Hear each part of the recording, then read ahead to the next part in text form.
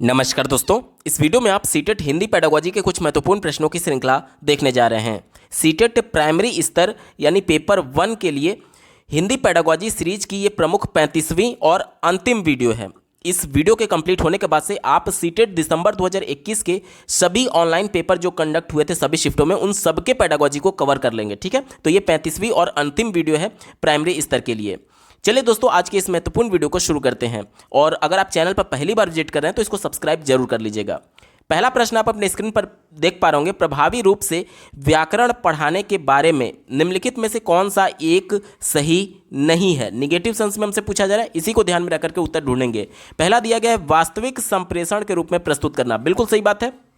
देखिए, बच्चे को प्राइमरी और अपर प्राइमरी लेवल पर व्याकरण कैसे पढ़ाया जाता है, तो जो कुछ भी कॉन्टेक्स्ट होता है, यानी जो कहानी सुनाया जा रहा है या फिर जो कुछ भी बच्चे को बताया जा रहा है उसी के अंतर्गत ही व्याकरण बताया जाता है, यानी अलग से उसको व्याकरण नहीं बताया जाता है। यानी कि देखिए, वास्तविक संप्रेषण यानी नेचुरल इन्वायरमेंट में जब बच्चा कम्युनिकेट कर रहा है उसी के माध्यम से व्याकरण के नियमों को कहीं ना कहीं बच्चे को बताया जाएगा। जैसे कि बच्चा कुछ भी इंटरेक्शन कर रहा है तो उसी बीच में बच्चे को बताया जा सकता है कि देखिए ये इसमें नाउन है, ये प्रोनाउन है, ये सब चीज़ें बताने की बात की जा रही है। यानी जिस संदर्भ में बच्चा बातचीत कर रहा है, जिस संदर्भ में बच्चा कुछ भी सीख रहा है, उसी संदर्भ में बच्चे को व्याकरण भी बताया जाता है। ये बात बिल्कुल पॉजिटिव है। हमारा उत्तर नहीं होगा क्योंकि हमसे निगेटिव वाला पूछा गया था। दूसरा देखिए, संदर्भों के अनुसार व्याकरण के प्रासंगिक नियम बताना। बिल्कुल सही बात है। जो कुछ भी बच्चे को कॉन्टेक्स्ट में कहानी बताया जा रहा है, जैसे कि मान लीजिए एक कहानी बच्चे को सुनाया जा रहा है कि एक समय में एक राजा था, वो शिकार पर जाया करता था, अचानक से उसके सामने भालू आ गया, उसने भालू का शिकार कर दिया। तो अब बच्चे को टेंस जो कि व्याकरण का पार्ट है, ये बताने के लिए बच्चे को इस कहानी के माध्यम से ही बताया जा सकता है कि देखिए ये सभी घटनाएं पहले घटित हो चुकी हैं। तो जो घटनाएं पहले घटित हो चुकी होती हैं उसे हम लोग भूतकाल कहते हैं, यानी घटनाएं पहले घटित हो चुकी हैं। तो इस माध्यम से बच्चे को व्याकरण के नियमों को सिखाया जा सकता है उसी कहानी के माध्यम से, यानी संदर्भ के माध्यम से। ऑप्शन नंबर 2 भी बिल्कुल पॉजिटिव है। हमारा उत्तर नहीं हो सकता क्योंकि हमसे निगेटिव वाला पूछा गया था। तीसरा देखिए, वास्तविक जीवन में संप्रेषण के समान अभ्यास करने के अवसर देना। बिल्कुल सही बात है। यानी जिस नेचुरल इन्वायरमेंट में बच्चा कम्युनिकेट कर रहा है, संप्रेषण कर रहा है, जितना ज़्यादा आप उसको अवसर देंगे, कहीं ना कहीं व्याकरण के नियमों को वो एक तरीके से, भले उसको जानता नहीं है कि ये होता है, लेकिन वो सही तरीके से अनुकरण करते हुए बोलना सीख जाता है। जैसे कि ध्यान से समझिएगा, जब हम लोग पहली बार मदर टंग को बोलना सीखे थे अर्जन करने के माध्यम से, तो हमें व्याकरण का नियम नहीं पता था कि हिंदी भाषा में स्ट्रक्चर क्या होगा, कि पहले कर्ता आएगा, उसके बाद से क्रिया आएगा, उसके बाद से अंत में ऑब्जेक्ट आएगा। तो फिर भी हम लोग लोगों का अनुकरण करते करते वो चीज़ें एकदम सही स्ट्रक्चर में बोल पाते हैं। ये कैसे पॉसिबल होता है? जब हमें नेचुरल इन्वायरमेंट में कम्युनिकेट करने का मौका दिया गया। यानी कम्युनिकेशन के माध्यम से भले हम लोग समझ नहीं पा रहे कि हाँ व्याकरण क्या है, लेकिन कम से कम उसका अनुकरण करते करते सही प्रयोग करना सीखते हैं। तो ये भी बात बिल्कुल पॉजिटिव है। हमारा उत्तर नहीं हो सकता क्योंकि हमसे निगेटिव वाला पूछा गया था। एक ही विकल्प बचा, ऑप्शन नंबर 4। देखिए, नियमों को रट कर और अभ्यास करके व्याकरण सीखना। रटना निगेटिव सेंस में है यहाँ पर, क्योंकि आप नियमों को रट करके व्याकरण नहीं सीख सकते। अगर नियमों को रट करके व्याकरण सीखेंगे तो फिर नेचुरल इन्वायरमेंट में उस व्याकरण का प्रयोग ही नहीं कर पाएंगे, क्योंकि आप चीज़ों को रटे हुए हैं, समझे नहीं है। ठीक है, यहाँ पर यह विकल्प निगेटिव है और चूंकि हमसे निगेटिव सेंस में पूछा गया था, ऑप्शन नंबर 1 यहाँ पर बिल्कुल एप्रोप्रिएट जवाब हो जाएगा। अगला प्रश्न पूछा गया था, निम्नलिखित में से किस पर साक्षरता अर्जित करने में कुशलता होनी चाहिए?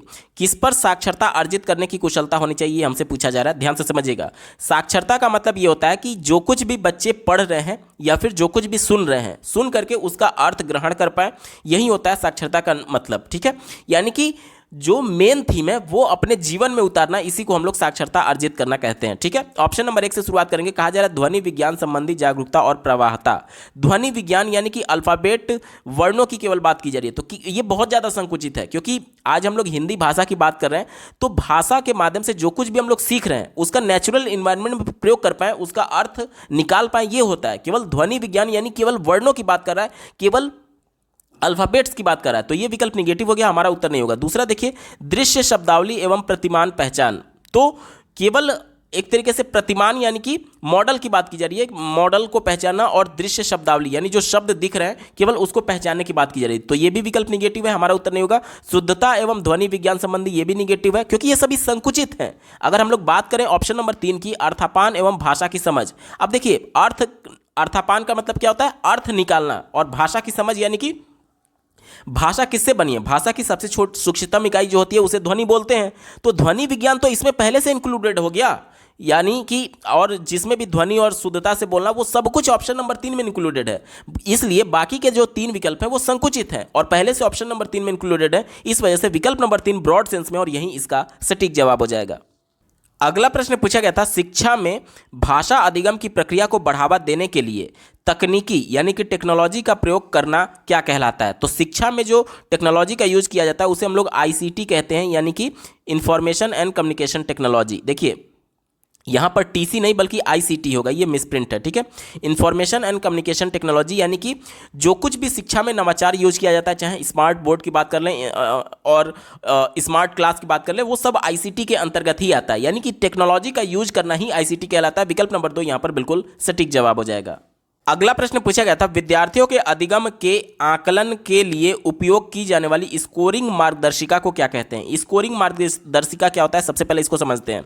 देखिए बच्चे का जो आकलन किया जाता है वो कई मापदंडों पर किया जाता है। जैसे मान लीजिए बच्चा ग्रुप में कोई गतिविधि कर रहा है, एक्टिविटी कर रहा है, तो क्या वो गतिविधि के दौरान सभी बच्चों का सहयोग करते हुए सीख रहा है या नहीं, एक मापदंड तो ये हो गया। दूसरा ये हो सकता है कि क्या बच्चा ग्रुप के अन्य बच्चों पर डोमिनेंट यानी कि अपना एकाधिकार तो नहीं दिखा रहा, ये दूसरा मापदंड हो गया। इसके बाद से बच्चा सबको मौका दे रहा है या नहीं रिप्रेजेंट करने का, ये सभी एक तरीके से मापदंड होते हैं और इस मापदंड पर अलग अलग बच्चे के नंबर्स तय होते हैं। इसीलिए बोला गया है स्कोरिंग मार्गदर्शिका, यानी कि प्रत्येक मापदंड में बच्चे को कितना स्कोर मिला है उसकी बात की जा रही है। तो ये किसके अंतर्गत होता है? ये रूब्रिक्स के अंतर्गत होता है। रूब्रिक्स में कई मापदंडों पर बच्चे को मापने की बात की जाती है, ठीक है। ऑप्शन नंबर 1 यहाँ पर बिल्कुल एप्रोप्रिएट जवाब हो जाएगा। बाकी के विकल्पों की अगर हम लोग बात कर लें, देखिए चौथा दिया गया क्रम निर्धारण मापनी। तो क्रम निर्धारण मापनी में बच्चे को क्रम दिया जाता है, जैसे कि कोई फर्स्ट आया तो उसका प्रथम क्रम हो गया, कोई सेकंड आया तो उसका सेकंड सीरियल नंबर हो गया, कोई थर्ड सीरियल नंबर पर आएगा, इस तरीके से। तो यहां पर स्कोरिंग मार्गदर्शिका में बच्चे को स्कोर दिया जाता है विभिन्न मापदंडों के आधार पर, ना कि क्रम निर्धारित किया जाता है। विकल्प गलत हो गया। अनुसूची और विस्तृत सूची, ये भी हमारा उत्तर नहीं होगा। जांच सूची, जांच सूची को हम लोग चेकलिस्ट बोलते हैं। जैसे कि मान लीजिए आप कोई फॉर्म सबमिट करते हैं ऑनलाइन, तो नीचे आपका एक चेकबॉक्स बना होता है, उस पर लिखा रहता है I have clearly understand and read the instruction, और ये सभी चीज़ें होती हैं। तो वहाँ पर चेकलिस्ट पर आपको टिक करना होता है, वहाँ पर चेकलिस्ट पर आपको टिक करना होता है, उसके बाद से फाइनल आपको सबमिट करना होता है।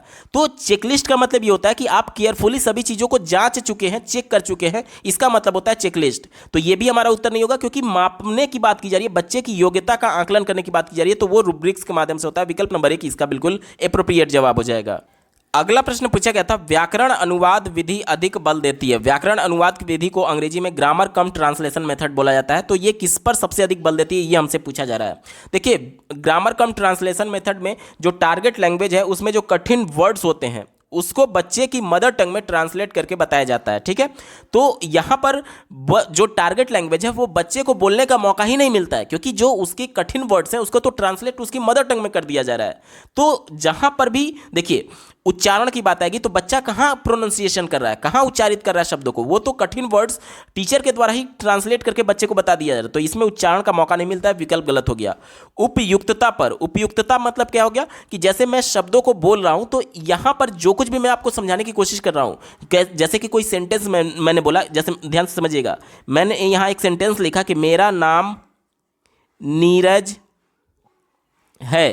तो यहां पर जो मैं शब्द यूज कर रहा हूं मेरा, तो क्या यहां पर मेरा की जगह तुम्हारा उपयुक्त होता, या फिर आपका उपयुक्त होता, या फिर मेरा उपयुक्त है? तो उपयुक्त मेरा यहां पर सही होगा, क्योंकि मैं वक्ता हूं और मैं अपने लिए मेरा शब्द का यूज करूंगा। वहीं बोला जा रहा है कि उपयुक्तता पर। तो व्याकरण अनुवाद विधि में एक तरीके से उपयुक्तता पर फोकस ही नहीं किया जाता है, क्योंकि वहां पर बच्चे को लैंग्वेज यूज करने का मौका ही नहीं मिलता है। नेचुरल एनवायरनमेंट में उस लैंग्वेज को बच्चा कम्युनिकेट करता ही नहीं है। यह विकल्प निगेटिव हो गया, हमारा उत्तर नहीं होगा।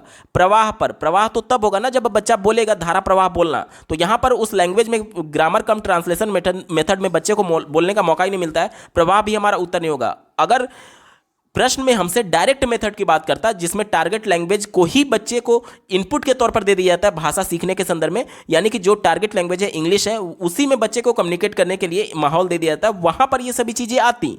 लेकिन यहाँ व्याकरण कम ट्रांसलेशन मेथड में, यानी कि ग्रामर कम ट्रांसलेशन मेथड में बच्चे को टारगेट लैंग्वेज में बोलने का मौका ही नहीं मिलता है। उसके कठिन वर्ड्स को टीचर के द्वारा खुद बताया जाता है बच्चे की मदर टंग में। इस वजह से ये सभी विकल्प गलत हो गए। एक ही विकल्प बच्चा ऑप्शन नंबर 1 देखिए, शुद्धता पर। शुद्धता का मतलब क्या हो गया कि इसमें जो पूरा फोकस किया जाता है वो ग्रामर पर फोकस किया जाता है, कि बच्चे को सही तरीके से ग्रामर सिखाया जाता है ताकि जो भी लैंग्वेज रिटन कम्युनिकेशन करना है वो बच्चा शुद्ध तरीके से लिख पाए। ठीक है, इसलिए शुद्धता पर ये अधिक बल देती है। विकल्प नंबर 1 इसका बिल्कुल एप्रोप्रिएट जवाब हो जाएगा। अगला प्रश्न पूछा गया था, भाषा की पाठ्य पुस्तकों में पहेलियों और वर्ग पहेलियों को शामिल करना। देखिए, बच्चा जब पहेली और वर्ग पहेली को सुनता है और उसको सॉल्व करने की कोशिश करता है, यानी कहीं ना कहीं अपने मौलिक विचारों को यूज कर रहा है, यानी क्रिटिकल थिंकिंग करेगा, तो पहेली और वर्ग पहेली बच्चे को क्रिटिकल थिंकिंग के लिए प्रोत्साहित करता है। इसी को ध्यान में रखकर के उत्तर ढूंढेंगे। चौथे विकल्प से शुरुआत कर लेते हैं।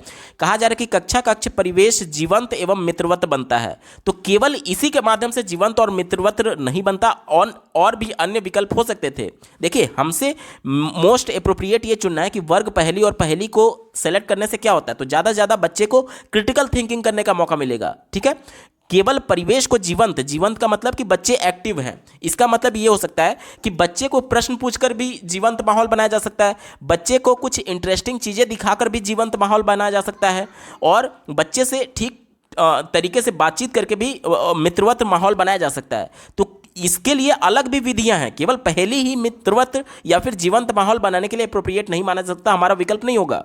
तीसरा देखिए, उन्हें कुछ आनंददायक घटकों के साथ पाठ्यपुस्तकों को समझने में सहायता करता है।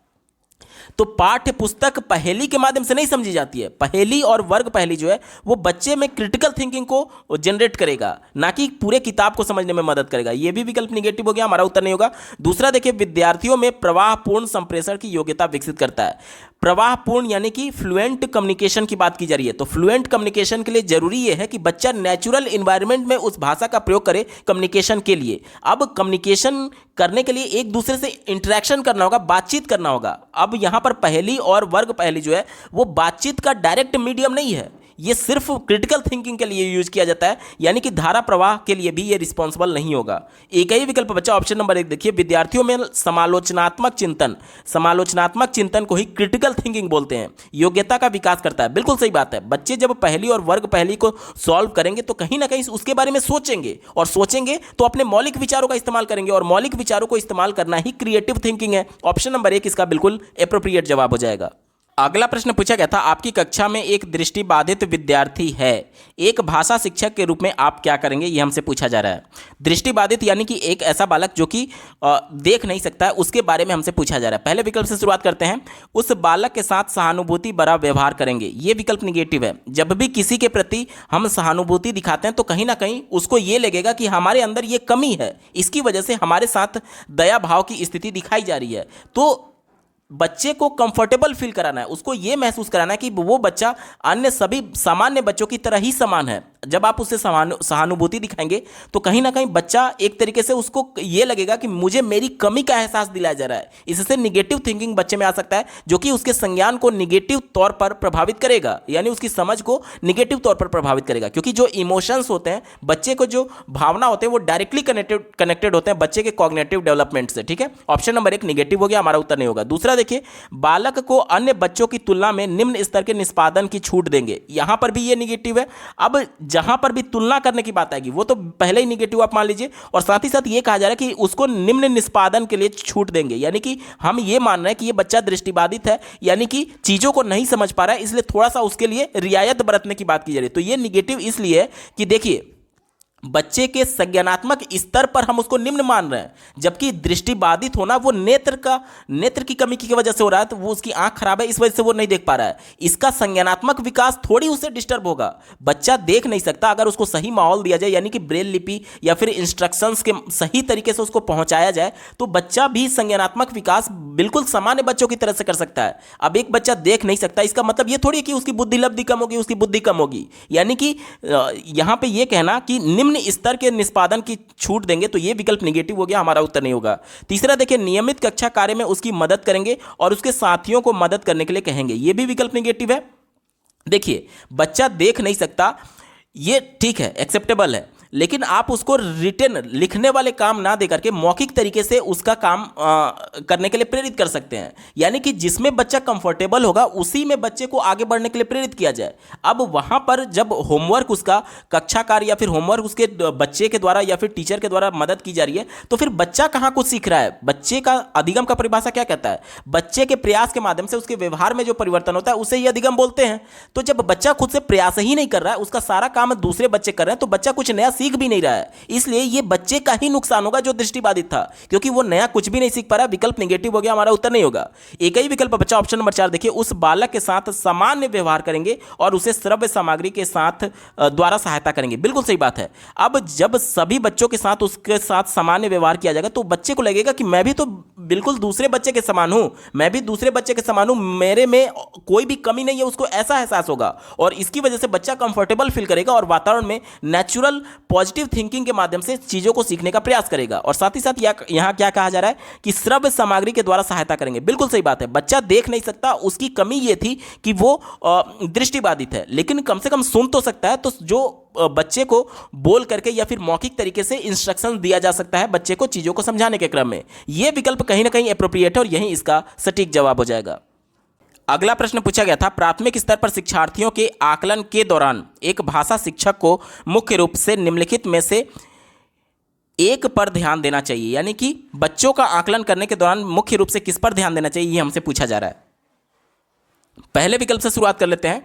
कहा जा रहा है कि औपचारिक साप्ताहिक परीक्षा उसे प्रगति पत्र में दर्ज करना। औपचारिक परीक्षा की बात की जा रही है। औपचारिक परीक्षा का मतलब कि पेपर पेंसिल के माध्यम से बच्चे की परीक्षा या फिर आकलन करने की बात की जा रही है। तो राष्ट्रीय शिक्षा नीति 2020 इसका पूरी तरीके से विरोध करता है। राष्ट्रीय शिक्षा नीति 2020 ये कहता है कि बच्चे का सतत और व्यापक मूल्यांकन होना चाहिए। यानी कि बच्चा कुछ भी एक्टिविटी कर रहा है, कुछ भी गतिविधि कर रहा है, उसी गतिविधि के दौरान, शिक्षण के दौरान ही बच्चे का मूल्यांकन होगा। अलग से औपचारिक परीक्षा लेने की आवश्यकता ही नहीं है। तो यह विकल्प निगेटिव हो गया, हमारा उत्तर नहीं होगा।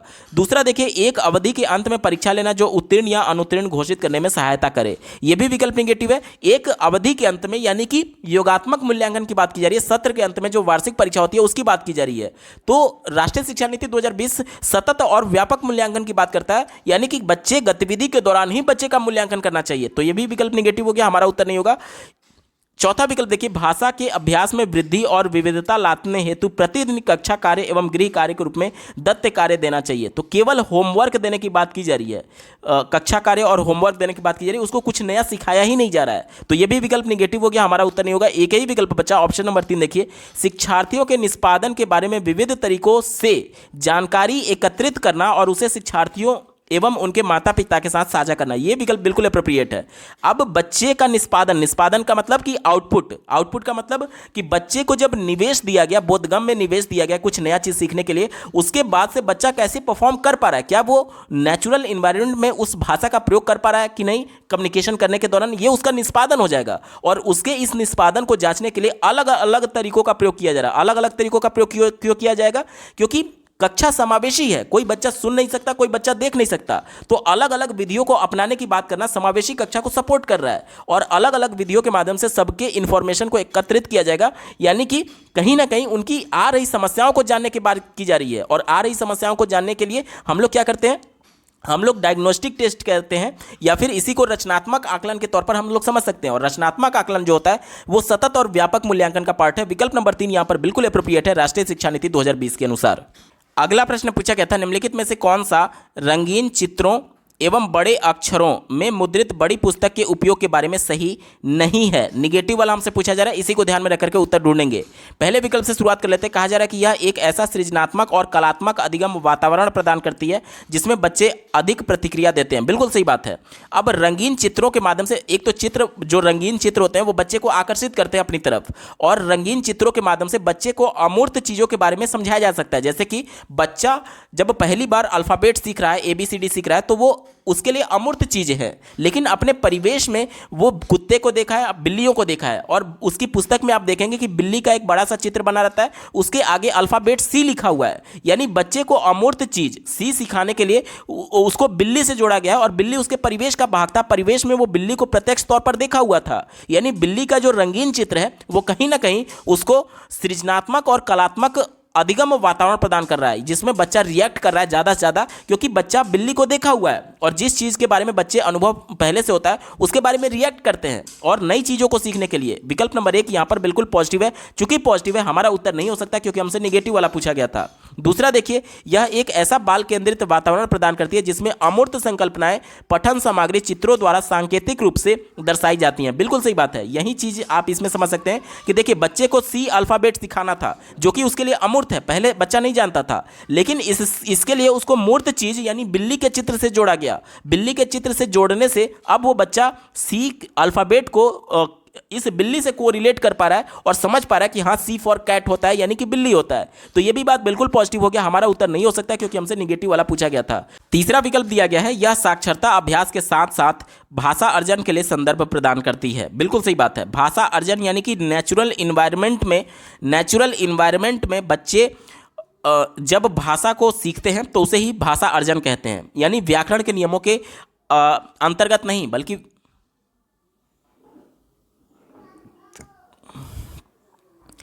तीसरा विकल्प दिया गया है कि यह साक्षरता अभ्यास के साथ साथ भाषा अर्जन के लिए संदर्भ प्रदान करती है। बिल्कुल सही बात है, बच्चे चित्रों को देख करके उससे कोरिलेट कर पाते हैं और कहीं ना कहीं लैंग्वेज को एक्वायर करते हैं। यह भी बात बिल्कुल सही है, पॉजिटिव है, हमारा उत्तर नहीं हो सकता। एक ही विकल्प बचा, यह पाठ्यक्रम की पुस्तकों से अच्छी है तथा कक्षावार पाठक या विद्यार्थियों के रूप में पाठ से जुड़े अभ्यासों से मुक्त है। कहा जा रहा है पाठ से जुड़े अभ्यासों से मुक्त है, तो क्या उनकी पुस्तकों में जो चित्र बनाया गया है क्या वो पाठ से अलग होता है, क्या उसे मुक्त होता है? नहीं, वो पाठ को समझाने के लिए सपोर्ट करता है, यानी उसे मुक्त नहीं होता बल्कि उससे जुड़ा हुआ होता है। और ये कह रहा है कि उसे मुक्त होता है, विकल्प निगेटिव हो गया और चूंकि हमसे निगेटिव वाला पूछा गया था, ऑप्शन नंबर 4 यहाँ पर बिल्कुल एप्रोप्रिएट जवाब हो जाएगा। अगला प्रश्न पूछा गया था, बच्चे एक या एक से अधिक भाषाओं के ज्ञान के साथ विद्यालय में आते हैं। एक से अधिक भाषाओं का ज्ञान बच्चों को सहायता करता है, किसमें सहायता करता है ये हमसे पूछा जा रहा है। देखिए बच्चे के लिए एक से अधिक भाषाओं का कक्षा में प्रयोग ये बहुभाषिता कहलाती है और इसे एनसीएफ 2005 एक संसाधन के तौर पर देखता है। इसी को ध्यान में रखकर के उत्तर ढूंढेंगे। चौथे विकल्प से शुरुआत कर लेते हैं। कहा जा रहा है कि अधिक अंक प्राप्त करने के लिए उन भाषाओं की लिपि सीखने में।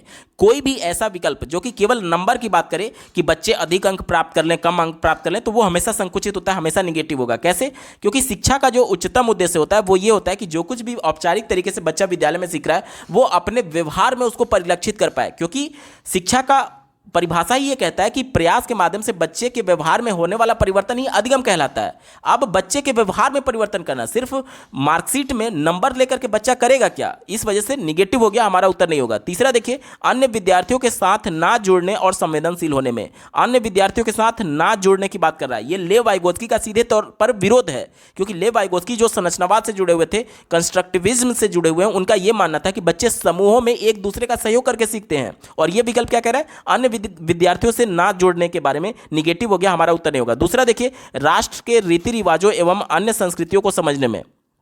तो केवल भाषाओं के माध्यम से हम लोग रीति रिवाज और संस्कृति के बारे में समझ तो सकते हैं, लेकिन केवल भाषा ही एक माध्यम नहीं है, अन्य भी माध्यम हो सकते हैं, जैसे कि वेशभूषा के माध्यम से, उनके त्योहारों के माध्यम से, उनके खान पान के माध्यम से हम लोग उनकी रीति रिवाजों के बारे में और उनकी संस्कृतियों के बारे में समझ सकते हैं। केवल एक भाषा ही यहाँ पर नहीं है जिसके माध्यम से उनकी संस्कृतियों के बारे में समझेंगे, इस वजह से ये भी हमारा एप्रोप्रिएट नहीं होगा। एक ही विकल्प बचा, ऑप्शन नंबर 1 देखिए, अन्य भाषाओं एवं नए विषयों को आसानी से सीखने में। यह विकल्प सबसे ज़्यादा एप्रोप्रिएट है, क्योंकि जैसे देखिए, जितनी ज़्यादा आप लैंग्वेज जानेंगे उतना ही आप अन्य भाषाओं को आसानी तरीके से सीख सकते हैं। जैसे कि मैं आपको अंग्रेजी या फिर संस्कृत जब पढ़ाता हूं तो आपकी मदर टंग का यूज कर रहा हूं, हिंदी के माध्यम से आपको बताता हूं। यानी कि जितना ज़्यादा आप लैंग्वेज जानते रहेंगे उतना ही नए विषयों को सीखने में आपको मदद मिलता है। यही बात विकल्प नंबर 1 में कहा जा रहा है। विकल्प नंबर 1 बिल्कुल एप्रोप्रिएट है, यही इसका सटीक जवाब हो जाएगा। दोस्तों, सीटेट दिसंबर 2021 के प्राइमरी लेवल के सभी शिफ्टों के हिंदी पेपर में पूछे गए पेडागोजी को मैंने कवर कर लिया है। 35 वीडियोज़ में आप पूरे पेपर के पेडागोजी को डिटेल में देख सकते हैं, जिसका लिंक आपको इस वीडियो के डिस्क्रिप्शन में मिल जाएगा। आपको ये वीडियो कैसा लगा कमेंट के माध्यम से जरूर बताइएगा, और ऐसे ही महत्वपूर्ण अपडेट के लिए इस चैनल को सब्सक्राइब करना ना भूलें। इस वीडियो को देखने के लिए आपका बहुत बहुत धन्यवाद। भगवान करे आपका दिन शुभ हो।